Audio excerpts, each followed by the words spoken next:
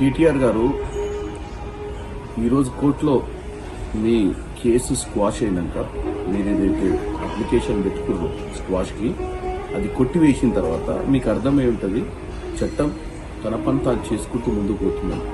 గతంలో మీరు మంత్రిగా ఉండి ఎంతో బాధ్యత గల వ్యక్తిని ఏ రోజైతే మీ మీద ఈ ఫార్ములా రేస్ కేసు దాఖలైందో ఆ రోజు మీరు మేకపోతు గాంభీర్యం ప్రదర్శిస్తూ నన్ను అరెస్ట్ చేసుకోండి, నా మీద ఏమైనా చేసుకోండి, నేను పట్టించుకోండి, నేను కావాలంటే జైలుకి పోతే జైల్లో యోగా చేస్తాను తొడలు కొట్టి నిన్న ఈడీ సమ్మన్లు ఇచ్చినప్పుడు మా అడ్వకేట్ని అలౌ చేస్తలేరు. రాజ్యాంగంలో నాకు హక్కు ఉంది, నేను అడ్వకేట్ని తీసుకోవాలితే గతంలో కూడా కాంగ్రెస్ ప్రభుత్వం ఇలాంటి మా ఎమ్మెల్యేని ఎవరినో అరెస్ట్ చేసిరు, ఆయన మీద తప్పుడు ఆరోపణలు చేసిరు, ఆయనతో తప్పుడు లిఖితపూర్వకంగా రాయించుకురు, నన్ను నా ఇంటికాడికి మనుషులు పంపించి నా ఇంట్లో ఏదో ఆధారాలు పెట్టి నన్ను ఇరికియాలని ప్రయత్నిస్తున్నారని చెప్పి తెలంగాణ ప్రజలను తప్పుదోవ పట్టించడానికి ప్రయత్నం చేశారు.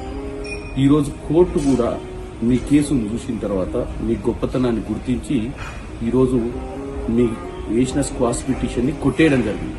కాబట్టి ఇప్పటికైనా మీరు కోర్టులు చట్టాల మీద మీకు గౌరవం ఉండాల్సిన అవసరం ఉంది. ప్రతిదీ రాజకీయం చేస్తూ డ్రామాలు ఆడుతూ ముందుకు పోవద్దని కోరుకుంటున్నాను.